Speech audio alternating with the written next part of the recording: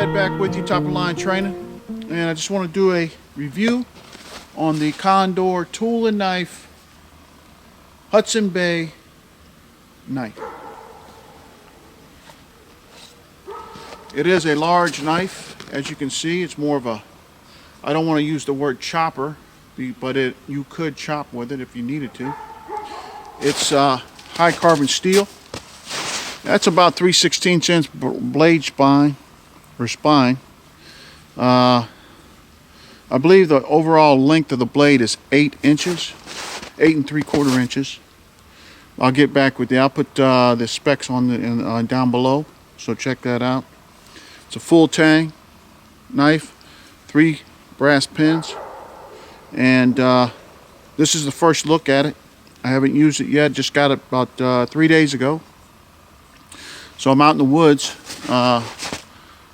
checking on the trap line, and I just thought I would do a quick review on the Hudson Bay knife by Condor tool and knife. Again, first impressions. Looks like it's coated here, which makes a nice look. I don't know how that's going to hold up, but we'll see. I haven't used the ferro rod on it yet. I haven't done anything with it. This is really the first time. This is the first time it's been in the woods. But it is a large knife. Sort of in a Bowie knife resemblance, if you will. However, it doesn't have the back edge for the back cutting of the Bowie knife, if you're familiar with it. I have been doing knife fighting or training in such skills since 1984. You know, I do know what I'm talking about in that realm, and I have done the Bowie knife with Jim Keating and Pete Kuntz of the Comtech. But anyway, that's not important. The point is you could use it for the snap cuts, snipe cuts, whatnot. But that's not what we're here for today. We're going to see how it does in the woods as a wood processor. And you could skin with this thing, I'm positive. I've used bigger, larger knives to skin deer and whatnot. Squirrel and stuff, if you had to, you could. Whatever you have, that's what you're going to use. You know, we get into this mode, I've seen it many times on YouTube, where you got 3, 4, 5, 6 knives on you in the knife, or in the woods. And I just question if that's really realistic. When you go to the woods, you carry 3, 4 knives. I know some people do. I usually at least have 2 with me, and plus an additional cutting tool. That's fine. Redundancy. I subscribe to the Dave Canterbury 10Cs and redundancies, etc., etc. But you know, there comes a time and point when you have to hump that stuff through the woods. Then you know you got 3, 4 knives on you, plus a couple other cutting tools. I don't know if it's realistic, but anyway, that's, you know, if that's what you do, you do it. But anyway, stay with me. We're gonna get some wood around here, start doing some chopping with it, some cutting, some feather sticks, some batoning. I know this thing will baton very well. The Hudson Bay knife by Condor tool and knife. Stay with me, guys. I'll be right back to you. This is Ed, top of the line training. Hey guys, Ed back with you, top of the line training. And before we start cutting wood and whatnot, I just wanted to go and show you the sheath that comes with the knife. It's a nice size sheath, of course. The knife is large, 2 + 2, right? But anyway, it's got the Condor logo on it, and it's sort of like set up in a dangler position. I carry anything big like this cross draw because if you had to draw, you could draw to cut in a defensive situation. But that being said, and then your tomahawk would be over here. This is pretty tight on here. It's not broke in yet, so one-handed draw would be tough. But in the mountain men or the Bowie days, if you did double here, or you had your tomahawk, you could draw, and then here you are set with the tomahawk and the large Bowie type knife, but this so happens to be a Hudson Bay knife, issued to the long hunters, bought by the long hunters and stuff out of the Hudson Bay company. Anyway, with that being said, I'm going to go ahead and let me take this off the sheath here and show you, or let me take this off the belt, take off the belt and show you the sheath a little bit better. Again, it's sort of set up in a dangler fashion here. This is about a 2 1/4 inch belt thickness, about 2 inches. So it fits in there pretty well, like that. And there it is. And there's the logo, Condor logo, Sheath, and it's in there pretty tight.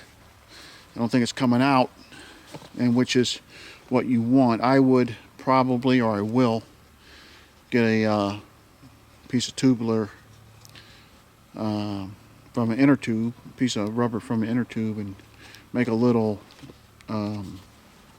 girth hitch on here, and so just so I can put it over the top, just in case. I do that with the Jeff White trade knife as well, just in case it falls. This is made for this. The Jeff White that I have, the sheath that I have is by Condor, and it's not made for it, so I just do that. Although it fits in there well, just do it just as a backup. You don't have to walk around with that on. But if you were going through some rugged territory or something like that, it wouldn't hurt to have a little bit of retention with the inner tube or whatever you want to use to tie it down. All right, so let me set the camera up. Just got to change angles real quick, and we'll do some cutting. Stay tuned. And we're going to go ahead and do a little bit of cutting with the Hudson Bay knife. I went ahead and used my trusty old Baco Laplander saw and cut some few pieces of wood just to start off with a little bit of Chitani. I have no doubt that this will cut this down. Everything out here is damp, soaked, wet. But anyway, this is a little punky at that. I have not sharpened this knife. This is straight from the factory, how you get it. Like so. No doubt about it. Like I said, this is about an 8 1/4 inch blade, I believe it is. Might be 3/8. I'm not sure, I can't remember, but look at the description, I'll put it in there. But just because you have an 8-inch blade doesn't mean you go get a 7-inch piece of wood to baton.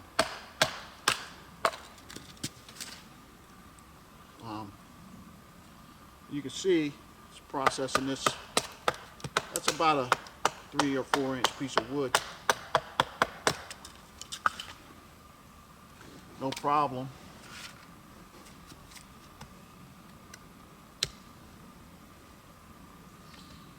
And also, just because you get a big knife like this doesn't mean it's necessarily made for chopping. You could definitely chop some things with it, but you want to be careful of that. A little bit back on it. Get this back side got in there a little deep. Again, this is fresh out of the box. No, I haven't sharpened it at all or anything. Just straight out of the factory test, if you will. I have a Forrest Kephart knife by Condor, and I like it a lot. So I saw this, I thought I would check it out, and so far, so good. Let me get this cut down here. And I could wedge this or whatnot, but this thing is so big.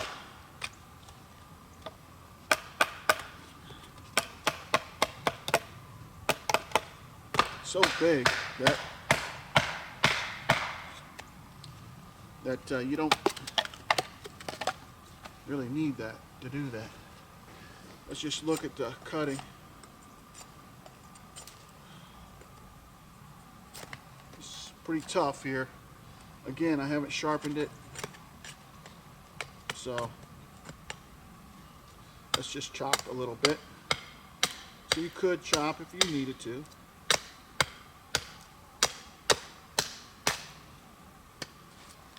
It was a little punky, but and I think once I get to the wicked edge machine, this thing's gonna work well.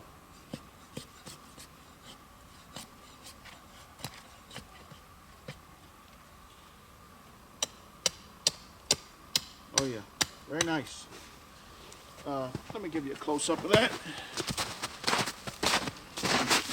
Cutting with this. Okay, let's chop right here with this.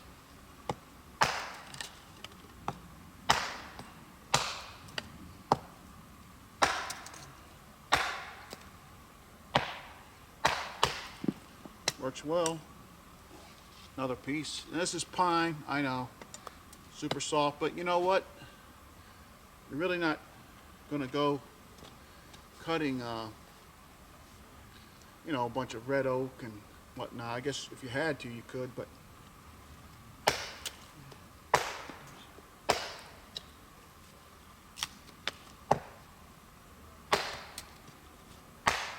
so there you go. All right, guys, stay with me. Ed, top of the line training. I got a couple more things to show you with the knife, and get right back to it. Stay tuned. All right, guys, Ed back with you, top of the line training. Got a scrub here. I don't know what this is, but anyway, let's do some chopping on it, see if we can get it taken out.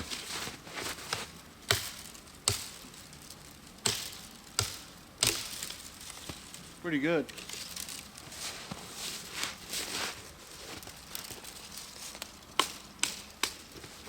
Back in the camera. Sorry about that. And I'm barely, you know, I'm just letting the weight of the knife do the cutting, really. I'm not trying real hard here, as you can see. And like I said, I think when I get this thing sharpened up, I mean, like to my standard,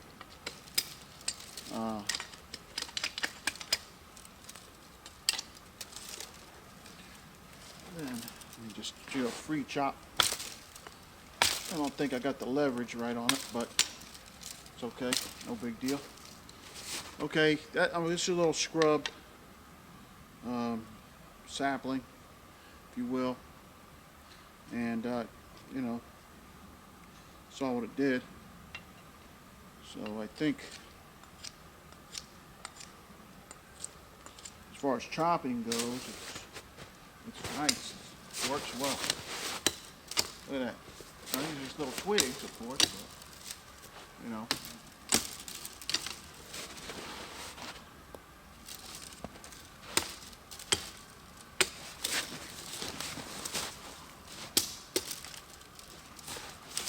Sort of like a mini machete, if you will. Let's try it right here. Got some leverage. 2 chops. Not that just because you have a large knife doesn't mean, you know, you start chopping with it, but at the same time frame, let me adjust that camera a little bit. At the same time frame, I mean, some briars here. Hold on. Whoa. Okay. Cut those out. Good. All right.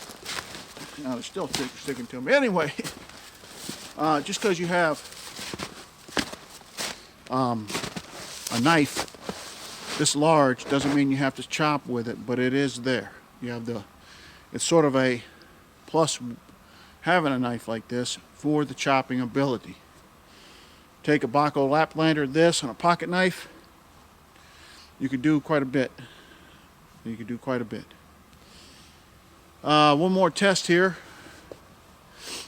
It's with the ferro rod. let's see how those sparks. Dry it off a tad bit. All right. Let's see.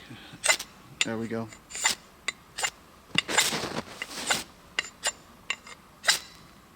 Ooh, whoa, don't want to burn my camera. Yes, I'm pushing it. I'm pushing it, fellas. Yes, you can pull it,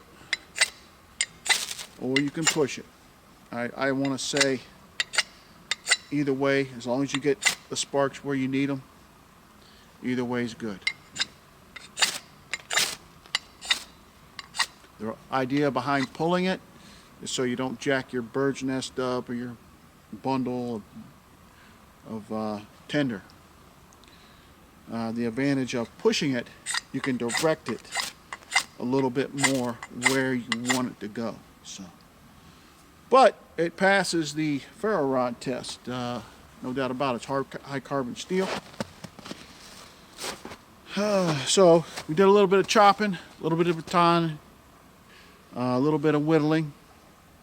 Like I said, once I get my wicked edge on this thing, it's going to be razor sharp. This is factory edge. It's sharp enough. I mean, you can cut with it, but you know, it could be a lot sharper, I believe. The sheath, nice leather sheath, dangler style, if you will, and real nice. Price point on this is $70. I think it's money well spent. It's a nice knife. If you're looking for a large Bowie type knife, it's the Hudson Bay knife by Condor Tool and Knife. High carbon steel, hardwood handle. Looks like about a hickory handle, maybe. I'm pretty sure. Nice leather sheath that comes with it. So, guys, if you like the video, please give me a thumbs up down there, and I really appreciate that. As well, if you could subscribe, I'd appreciate that too. I'm trying to build my channel up, and I'd love to have you aboard. Come back with more videos as soon as I can. I really appreciate your views and anything else that goes along with the YouTube channel. Until the next one, this is Ed, Top of the Line Training. Take care. We'll see you on the next one.